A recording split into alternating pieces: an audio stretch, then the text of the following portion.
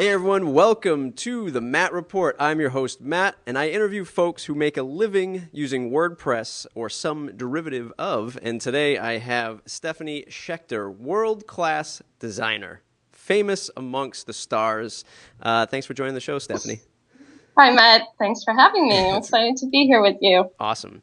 So everybody knows I interview folks who use WordPress. They can be developers or designers, marketers, bloggers. But I also bring on people who might not use WordPress 100% of the time to give a different angle, to talk a little bit about what it's like to step outside the community, take a look inside or from the outside, look at WordPress and kind of evaluate it. I want you guys to jump on the mailing list, mattreport.com/subscribe, and that you will be the first to know when awesome interviews like this come out. So Stephanie, give us a 2-minute drill, 2-minute warning, elevator pitch of what you do now. I have spent my career doing industrial design and graphic design for all sorts of consumer products and marketing initiatives. So I've done retail displays, in-store environments, websites. So really the whole brand, design covering the whole brand experience. I have recently been taking my background, my experiences, and using everything combined to help entrepreneurs who are launching new ventures. So I have from my background, I've worked with marketing people from a lot of the large consumer product brands. So I've learned quite a bit from working with them. And now I'm applying that and helping people who are launching new ventures really get that same experience. And as if they're, involved in a larger corporation and, have a big marketing team behind them, but boiling it down on a smaller scale. Yep. Giving them that full brand presence, but having a personal relationship with you. It's not like they're going into a large advertising firm and then they get lost into the mix of here's your project manager, here's your ad person, here's your PR person, all that good stuff. Exactly. So I'm really coaching them to be able to learn how to do it for themselves. That's good. So you said something about just now about coaching. Are you also giving that kind of background experience on how you built your own business, and are you kind of coaching them and consulting on that level as well? Like here's the steps that I went down that you should avoid, and here's what you should do in your business? Well, it's funny that you mentioned that, because not only do I have the experience building my consultancy, but I have a business with my husband where about 9 years ago, we started a catering company. He's a chef, and we've built that business up from scratch. So I've really had a full experience with building a company from the ground up. So I try and let people come up with their own path. I can tell them a little bit about my experiences and guide them because I do have that knowledge, but I do not assume that the way I did it is the way other people should do it. That's good. A lot of our success is built on a stack of failures for the most part. Oh, they're not failures. They're learning experiences. Yes, that's right. But before we get too deep into the business and how you run your business, let's kind of just touch upon WordPress. When was your first time using WordPress? How did you dive into that? Well, I started using WordPress in 2011. I had some opportunities to do some web stuff within my practice, and it had been quite a while since I had really done a lot of web stuff. I started looking into sites that I found appealing, and I started to notice the proudly powered by WordPress line at the bottom, and I started wondering, what is WordPress? This is something I never heard of. And so I started investigating it and saying, okay, well, I need to learn this because obviously this is the wave of the future, and this is what my clients are going to expect. So that's how I got involved in WordPress, and I started to teach it to myself, basically. Yep. So kind of new onto the scene, 2011, only a few short years ago. When you first found out about it, where did you first look to say, I need to learn more about this? Did you just do the Google searches? Did you reach out to other folks? I started doing Google searches. I found things like websites like WP101 just to be able to learn to install it. just different video tutorials that I could find online to be able to understand what it was. It was a very different experience for me. In the past, I had built websites using WYSIWYG software and HTML. I was familiar with HTML. I could write HTML. I had used Dreamweaver to build some sites, but I had never worked with anything before that had a database. And that was my biggest learning curve, I think, with WordPress, was that I had no clue what it was. I didn't understand why my images were not just in an image folder and they were someplace else completely. That was from, a designer's perspective who had very little programming experience. That was really the most confusing aspect of WordPress to me. Yeah. Do you remember like a scariest moment from putting your first site together? Like, oh my God, did I just break this? How do I fix this? And where do I begin to even troubleshoot this? Oh yeah. I remember it vividly like it was yesterday. Nice. I had built a site for a festival, and we were about to go live with ticket sales. And when I built it, I used a temporary domain that the host had given me. And I was trying to change the site over to the actual domain, but I didn't really follow all the steps. And because at the point I still really didn't understand the concept of the database, and I didn't really understand how to go into the database and change the directory pointers and all that. So I just went into WordPress and I changed the URL within the dashboard, and everything I had built up until that point mysteriously disappeared. Mm-hmm. And we were just about to go live with ticket sales. I was just about to leave for vacation. It was just, I had like a mini heart attack. I thought I lost all the work I had done for the last 2 months. And because I was new with WordPress, everything I had been doing took me a lot longer than it would take me now. Mm-hmm. Because I was, every time I wanted to customize something or change something or install a plugin, it was all really new to me. So it took an extraordinary amount of time to build the site. So I had to have tech support help me sort that out, and I was really relieved when it could be sorted out. And nice. I haven't had that problem again. Good. But yes, that was my work. That was my first experience with. Now, did you bring WordPress to that client, or did that client specifically request to use WordPress? It's a great question. I brought WordPress to that client because there was going to be a blog component of that site, so I felt that WordPress would be a good option for building the site, and also selfishly because I wanted to learn WordPress more and have more experience with it. That's why I started using it. Did the client have an understanding about some of the speed bumps you were hitting, if you were relaying the information saying that there might be like a database issue or I'm having trouble transferring this domain? Did they have understanding in that scenario?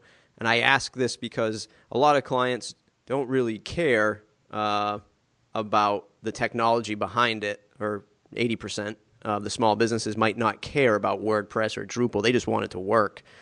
How did you deal with that as a freelancer running your business? The client was understanding as long as I fixed it and made it work. Okay.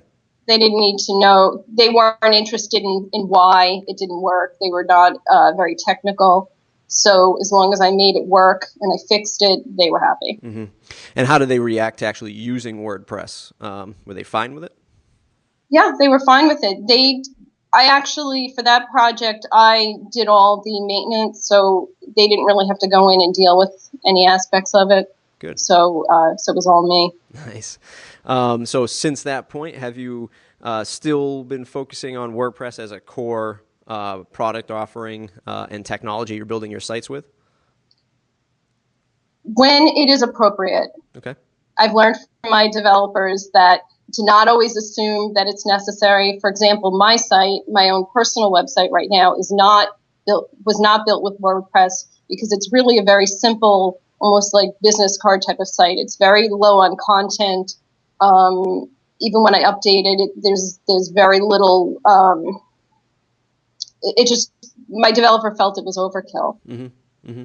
So that site is not WordPress, but I try to evaluate it on a case by case basis because, in some cases it might not be necessary. You might end up with a lot of bloat that you don't need. Mm-hmm. So, Mm-hmm. Just to be humble about it and Yeah. not assume that it's an one size fits all answer. Right. I totally agree with you. And we're seeing this more and more in the WordPress industry where now you have people building applications with WordPress and, full-fledged social networks with WordPress. And it's like, well, WordPress can do all this stuff. Well, what happened to blogging? What happened to just blogging with WordPress, right? Well, why is it now we're using this as a framework or a foundation or a platform to build all this stuff, which is awesome. But when it comes down to, hey, I just need a really quick site, do I need to be maintaining WordPress? Do I have to worry about security patches? Do I have to get 5 plugins to do a contact form and to make a slider when I can have somebody do it in HTML? It loads fast. It looks great. They can do anything they want with it. So it's definitely a valid question that some people should. It's not all about WordPress, folks. Although we love it, we don't have to build everything on WordPress. I do love it, and you summarized all of my frustrations with it actually right there. Is the updating is, I completely understand why it happens, but I always find it terrifying to the potential conflicts and things breaking, and then the extra work. If I have a site that the content doesn't necessarily need to be updated on a regular basis, that it's not a major marketing site. It's just informational. I'm finding that it just makes a lot more work for me to have to maintain it. And also, I have had a site hacked before with WordPress, even with some security measures. So that's also something that I find really frustrating. So. Yeah. It really does pay to make, for me anyway, not being a developer, not always being in that mindset, to really evaluate when it's appropriate to use it. So you say something interesting. You say my developer, our developers. You team with somebody else. What is that process like for you? How did you find your developer team? And how do you interact on a per project basis, on a daily basis when you're working on something new? Well, that's a great question. When I started out with WordPress, I started working with existing themes. And I found that I was spending a ton of time trying to find a theme that was going to fit my vision of what I wanted to build, and then a ton of time tweaking the CSS and playing with plugins and playing with the CSS within the plugins and all of that, just to get the site to even resemble what I wanted. So I had a lot of frustration with that, and luckily I met a couple of developers that can build WordPress sites for me, build themes from scratch. So I've started to take advantage of that opportunity, and I found that when I have the opportunity to design a WordPress theme from scratch for a custom application, I'm producing a much better product. My developers can build something that doesn't have all the bloat that would come with taking a theme that has a lot of features that I don't need, and the complications of me trying to customize it, and even going into the PHP files to change things. And I found that I ended up doing so much customization that there were sometimes issues just from doing that. So I found, when I decided I wanted to try and build custom themes, I started going to the local web development meetup, and I met a developer, Al Calderon, who you know from the WordPress meetup. And I approached him and said, I'm really interested in doing custom WordPress themes, and he said, me too. So I started designing stuff, and he started building it, and he was able to really boil down the files to the point where they're so minimalistic but functional that it's just been great for me, that there's really nothing in there that I don't need. Mm-hmm. And in order And then I have another developer that I work with in the UK who also will do the same thing for me. Mm-hmm. He built my current website, which is actually not WordPress, but he built that for me as well. My process for working with them is I create Photoshop files for them that are layered and built on a grid. I'm very, very specific about what it is that I need and want with them.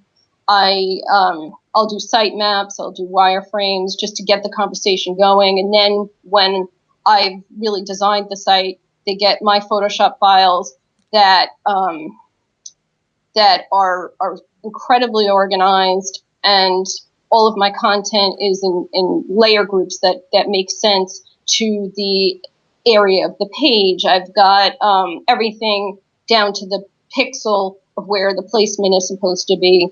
I found that with working with the developer from being a designer, and I'm like you had mentioned about my work before, I'm very, very detail oriented. And if something's off by a couple pixels, it looks funny to me. So the more specific, I cannot be too specific with them. And the more specific I am in the beginning, the less times I have to go to them and say, I want to tweak this or I want to tweak that. Yeah.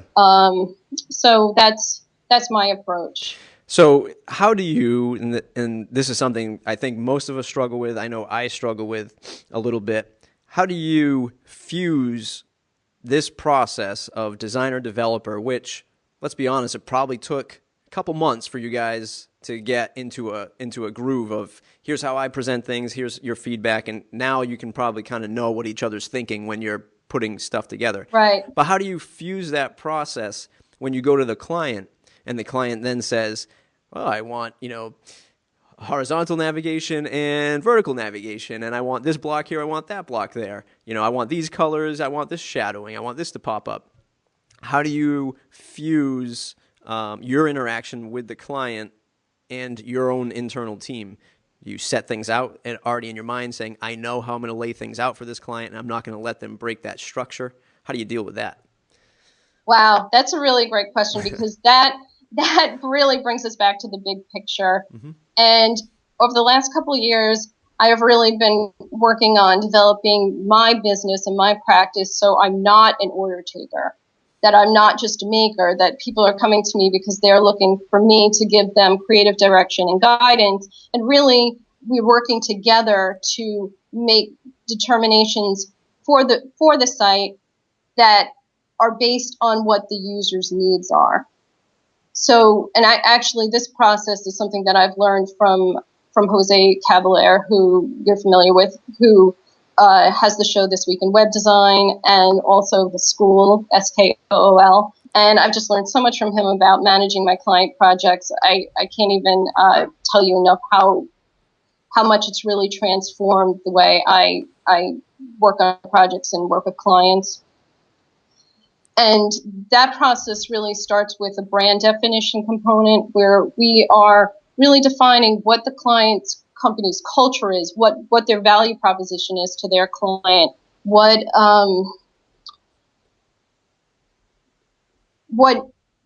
personality their company has, and boiling that down into a brand statement. So we really create a foundation for communicating what their brand is all about.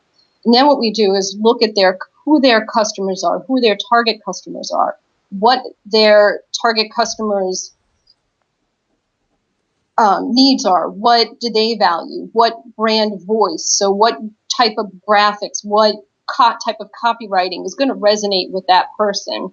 We do that by creating user profiles where we're actually envisioning who that person is and giving and writing a profile for them as if they were a character in a play. Mm-hmm. So we give them a name and their demographics and the story of how they came across your product. And by really understanding those people and what their needs are, we are able to make the process of creating a website or creating a product so much more objective that it's not necessarily about what my aesthetic is or what I want or the client wanting a horizontal menu. We're really putting it on we're really centering it around what the client's needs are.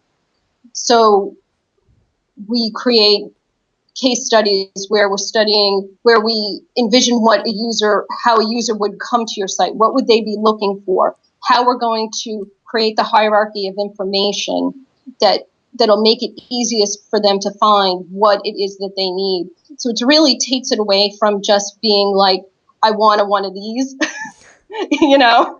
to looking at the overall big picture and how do we take this and make it a really functional thing. And for me, this is like kind of it all sort of naturally ties in. I studied industrial design at RISD.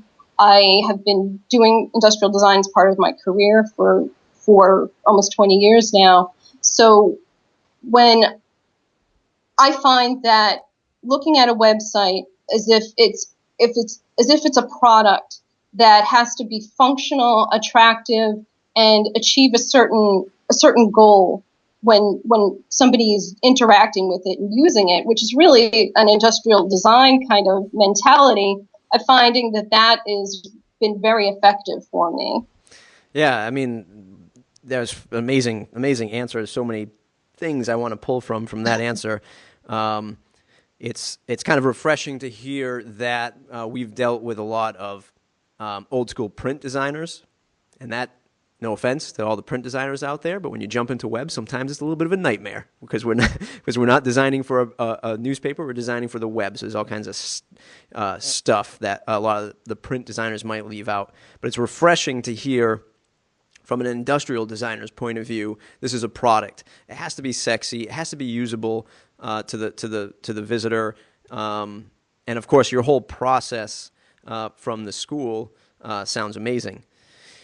My first question is, following Jose on his show and watching him kind of grow the school and seeing what it's all about. And I have my small interest in being, having a startup and the whole Silicon Valley thing. Do you think that, and you let me know from your experiences, do you think that kind of process that you're learning from the school is a typical small business client in our area, and folks not watching probably don't understand the New England, Rhode Island, Massachusetts area of the typical business person. When they sit down in front of you and they say, I want a website, and you say, okay, we're going to build a user profile, and you draw the graph like he does on the show, do they say, what is all this stuff? I just need a website. Give me a website. How do you handle that when you try to bring all this thought and this process to the business person who just doesn't understand it? Do you say goodbye? Or do you say, how do you deal with that? Well, I've been really working hard on attracting the people that do understand it and do want it. And in my communication with people, I make it very clear that this is the type of work that I'm doing. If somebody had a very, very clear vision and they were not willing to go through the process to really try and understand their brand and their clients' needs, I would refer them to somebody who could just build a site for them and take that order, because that's really not the type of work that I'm doing now. Yeah. And I'm far enough along in my career to be able to say,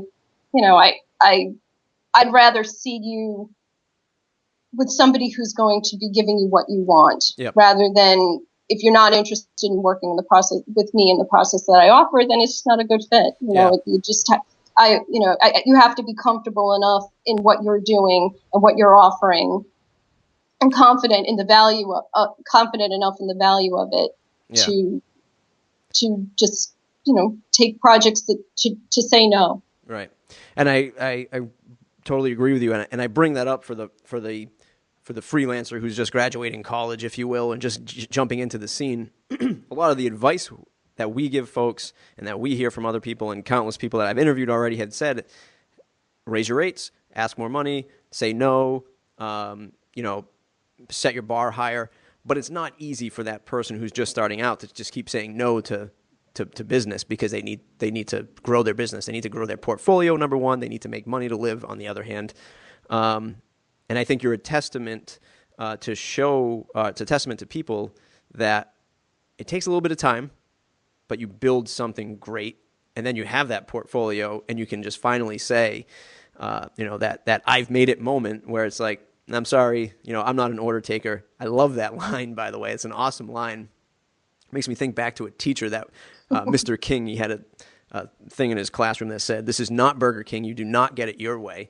And that's a great great way to put it. It's a little nicer than Pixel Monkey. Yes, it is.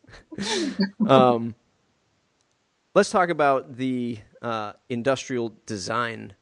I think when I hear industrial design, I think John Ivey, Apple, building phones, designing phones, creating hardware, how a user interacts with hardware. What's something else about industrial design that folks might not know, how it can kind of relate to the web? Well, I think there are two really important components of industrial design that can relate to the web. The first is the combination of form and function. So you want to take something that's going to be attractive yet functional. So you're always focusing on balancing those two things. The second component is whether or not it can be built.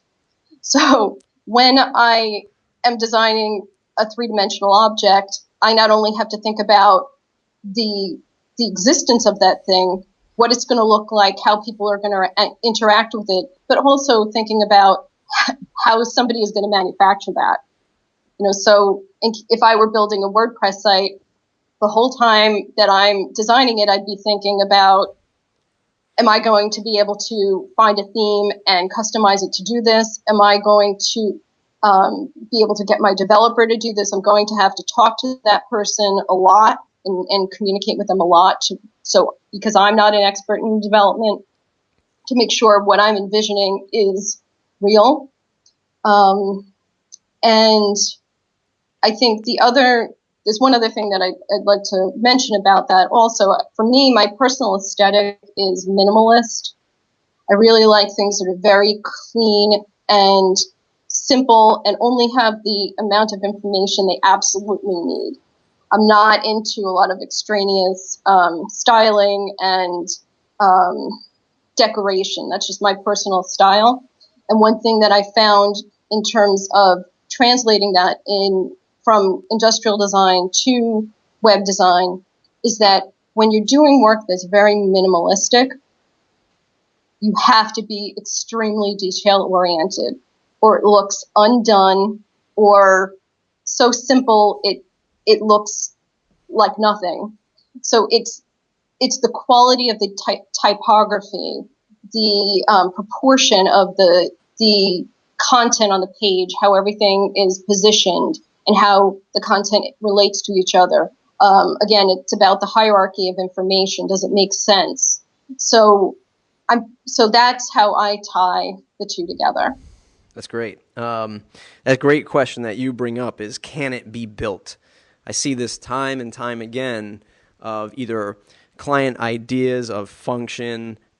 Sometimes my own ideas kind of run away with me when I'm thinking of new projects, and I sit in front of my guys and I draw stuff out and I say, this is how it's going to work, and then we look at it like, there's no way in hell we're going to be able to build this thing because we're not going to be able to do it in time or in a budget.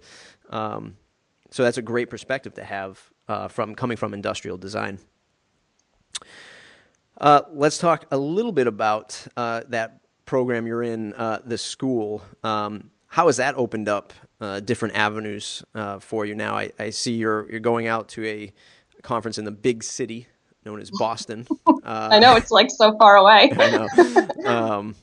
Has that opened up a whole new world of opportunity for you, or is it just a great value to further your education on this stuff?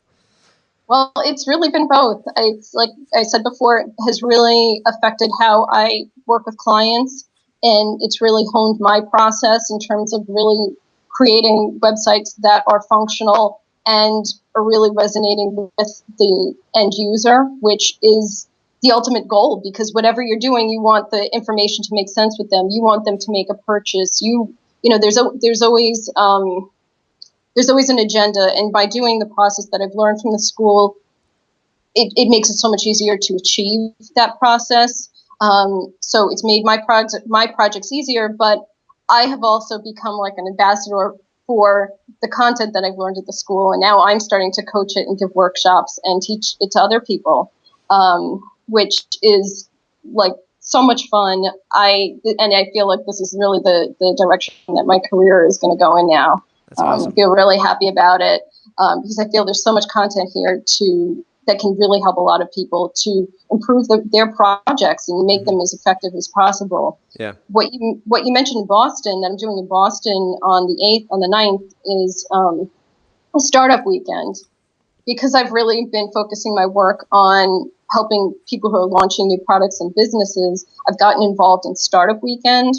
I attended Startup Weekend in Providence in October. And just to backtrack a little bit, if people aren't familiar with it, Startup Weekend was started on the West Coast, and it's now a worldwide phenomenon. There's Startup Weekends going on in cities all over the world every weekend. And it's anybody can go to a Startup Weekend. On Friday night, people have 1 minute to pitch a startup idea. And if their idea gets selected, then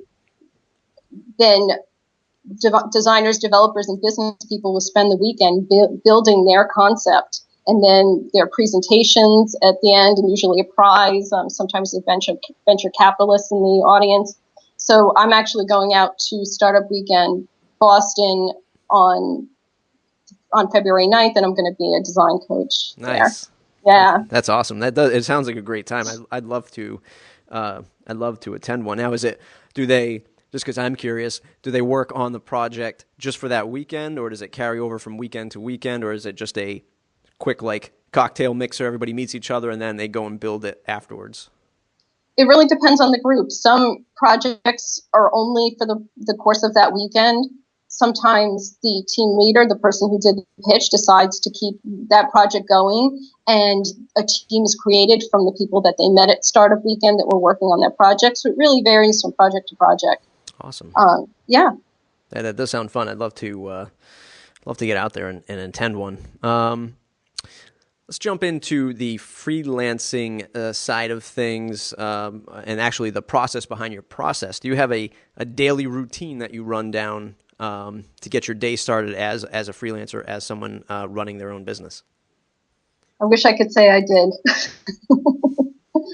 I honestly, it really varies depending. I have a lot of different things going on right now, so it's all about the to-do list. Yep. It's all about to do and tasks and just knocking them off one by one. And I try to keep all my meetings in the afternoon because I'm very productive early in the morning. So I like to get up at 5 or 6 and just get down to work and just start cranking stuff out when I'm as clear-headed as possible. And then when I'm not as focused, but I feel like I've gotten a good chunk of work done, then I start to interact with the world. Yes, I am quite the opposite. I like to have meetings in the morning and then work until 2 in the morning. Oh, wow. That's kind of my backwards side of it. I think usually the next question I ask is, in the freelance side, how do you deal with that $500 client? I guess real quickly, how did you find yourself growing out of that? Was it simply just the hard work, building up the portfolio and slowly scaling yourself and pricing yourself out of that realm? Any advice to folks who are looking at it and saying, how do I get out of this $500 rut? Well, I think some of it is really experience and having a backlog of work to show for yourself, and having a career, having had your career developed. So I think some of it is really just patience and time. But I'm a strong believer in perceived value and how you present yourself and how you communicate what's important to you. And I think that the better you get at doing that, the more you are able to attract the type of work that you want to do. That's an awesome answer. Can you share what really works? One thing that really works in your business today? One thing that really works for me is to really be able to communicate, to be a good listener and try and coach the client. So I'm not telling them what to do. I'm not forcing my aesthetic on people. I'm trying to understand what their business goals are. So by understanding their brand, their user, and their business goals, then we can put together something that makes sense within their budget. So I think a lot of it is one thing that I've learned as I've gotten older and had more experience is being humble, which, is when I was young and just out of school, I felt like I knew everything and I wanted everybody to want my aesthetic and, I was the expert. But I think taking my ego out of the equation and really trying to focus on the needs of the customer and the needs of their client has really changed how my practice is flowing.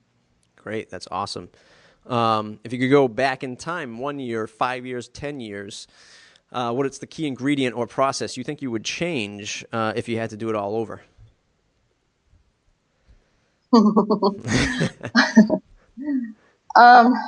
that's a tough one. I know you stumped me.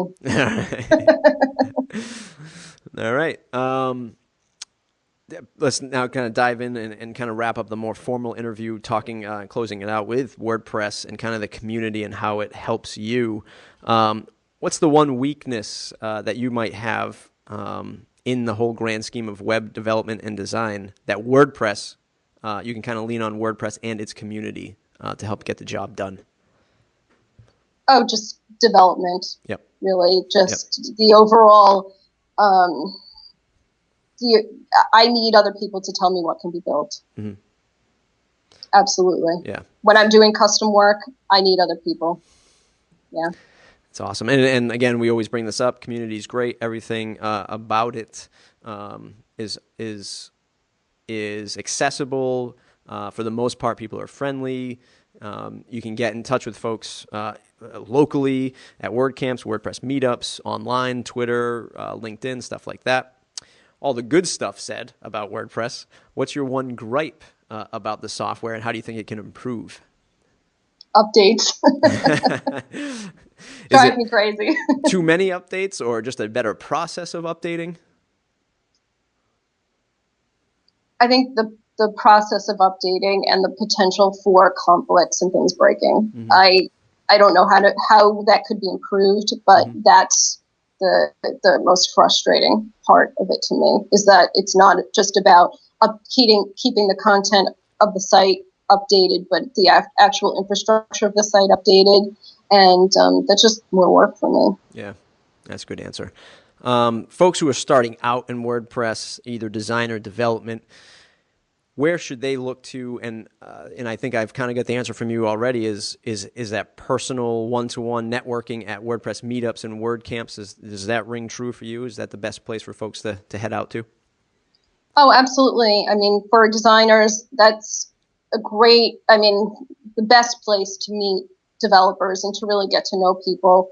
I've also participated in online forums as well, where I met my developer in the UK. So I think just letting people know that you want to build custom stuff, mm-hmm. because I found that developers want to do that too. Mm-hmm. Yep. Let's talk really quick about camps. We just had our first one in Providence. We were both volunteering and speaking at these events. How was that experience for you? And more so, what was your take on the imaginary line of cool kids, not cool kids? Why aren't they speaking to each other? How can the beginner walking in who's kind of overwhelmed by, oh boy, those are automaticians and code poets, how do I approach these people? That's something that I observe at a lot of WordCamps, are that some folks might just be introverted and they're afraid to go and meet others. What was your experience with the WordCamp, and how do you think these folks could jive a little bit better? Well, that's a great question. I've been to 3 WordCamps. I went to Boston in 2011, which was right after I started using WordPress. And some of the talks were a little over my head. Actually, a lot of them were. But I found that people at the Happiness Bar were really helpful and very nice. I'm pretty good at going up to people and just saying, hi, I'm Stephanie. And, I think just going up to somebody who's standing alone is always a good bet,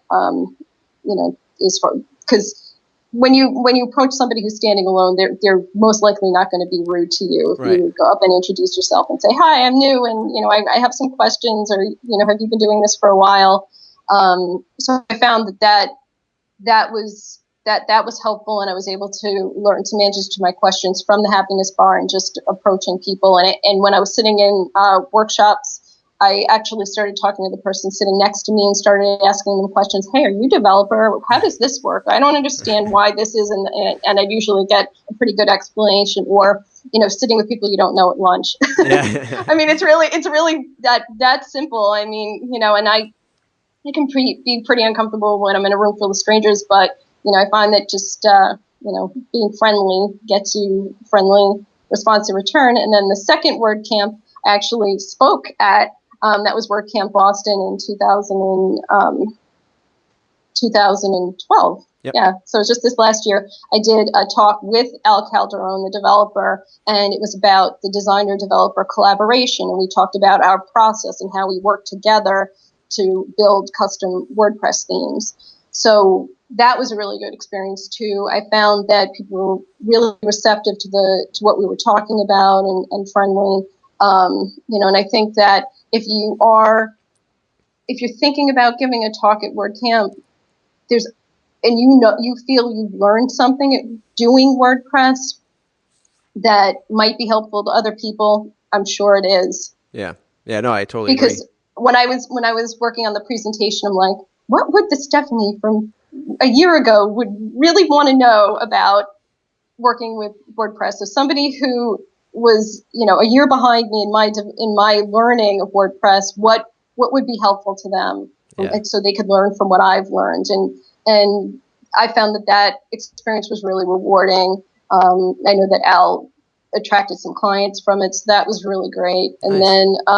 Then I did not speak at the one in Providence, but I volunteered and helped get that going, and that was also really fun. Yeah, that was a good time, and pretty amazing for our little corner of the country to have it sold out like that for the first time with such an overwhelming amount of people. It's looking really good for coming up with another one this coming year. Did you have your talk at the Boston one on Sunday? No, it was the first talk on Saturday morning. Huh. Yep. Awesome. So let's jump into the next segment, which is called What's in Your Toolbox? And this is, what do you use for software or hardware on a daily basis to get the job done? Like an Evernote, Gmail, you must have your iPad. What is it that you use on a daily basis to get your job done? I do my to-do list in Evernote. I find that that's great. So wherever I am on my phone or wherever, I can always add things and refer to it, because if I don't write it down, it's less likely to get done, and it's just floating around in my head, driving me crazy. So having it actually written down, and then I can change the color of it when I'm, it's in progress, or mark that change it to another color when it's done. I find that it's so simple and so silly, but it really helps me. I Photoshop, Illustrator. When I'm doing industrial design, I'm using 3D modeling software. So it's really a combination of all of that. I've just started using some of the Google Drive for project management with some colleagues and some clients. So, awesome. Is your 3D modeling software, is that Windows or Mac? Windows. Nice. Must have a pretty powerful machine to run something like that. Yes. Oh, yes. Or it takes quite a while to process the information. Sure. This is random, but not random, but any thoughts of getting a 3D printer? Oh, no, but I'd like to play with one. Awesome. I haven't seen one in action yet, but I heard there's a startup in New York. I can't remember the name of it, but he was on This Week in Startups, Jason Calacanis, and I think it's a place where you go and actually bring your industrial designs to be 3D modeled and printed, 3D printed, and they use some kind of special plastics that I was listening to. Sounds pretty intriguing. They actually have a lab at Johnson and Wales University here in Providence, oh, really? And I think they does 3D printing, and I believe there's also one at Brown as well. So there is awesome. 3D printing going on in this area too. Don't forget our corner of the world, everyone. We are pretty technologically advanced here. Oh, yeah. I am in Massachusetts, but closer to province than I am Boston, just for those who are wondering. So listener questions. Had two of them submitted. One of them we already kind of hit upon, and it was at Paul0V2, one of my designers. He was asking about, always interested to know about the process of design, and I think we hit that. One of my SEO colleagues at Comet Ton. What are your thoughts on prioritizing design over accessibility? Accessibility is part of function. Okay. So they have to be hand in hand. Great answer. Let us jump into the ever fun lightning round, where I'll ask you a series of quick questions. You'll have a series of quick answers. Okay. Hope so. Hopefully. The one plugin you cannot live without. Enable media replace. Oh, that's a good one. That's a new one. A favorite WordPress or business book.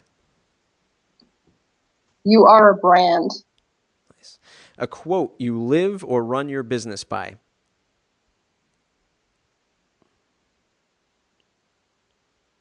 The school rocks. No. Yes, the school rocks. So we'll go with that. The best business or career advice you've ever received. That it's not about me. Good one. The longest a client project has ever taken. Probably a year. Okay. So far, it's 2.5 years is the highest. If you had a chance to switch to, and this is kind of something you already do, but if you had a chance to switch to another content management system, what would it be and why? I don't have. Just have somebody else develop it.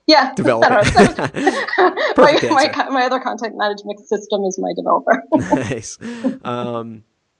Who should I interview next? Oh, if you could get Jose, that's that exactly would be great. What I was shooting for. Yeah, I'll see if I can hook you up. Yeah, nice. What's the one question I didn't ask you that I should have?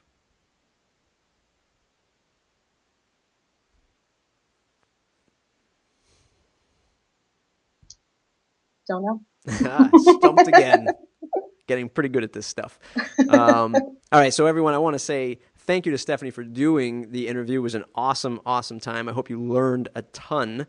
If you want to stay in touch with us, it's mattreport.com/subscribe. I bring folks on to help the WordPress community, freelancers, startups, entrepreneurs to kind of learn different angles and what we're doing in the WordPress scene. Stephanie, plug away. Tell us what you have going on. Where can people find you to say thanks? Well, my website, I am currently hosting some workshops in Providence based on the school operating system for entrepreneurs who are launching new ventures. So if you're in our area, you can go to Meetup and search school, SKOOL. My website is stephaniesschechter.com. So you can get an idea of the types of programs that I'm doing with my clients and see some of my recent work.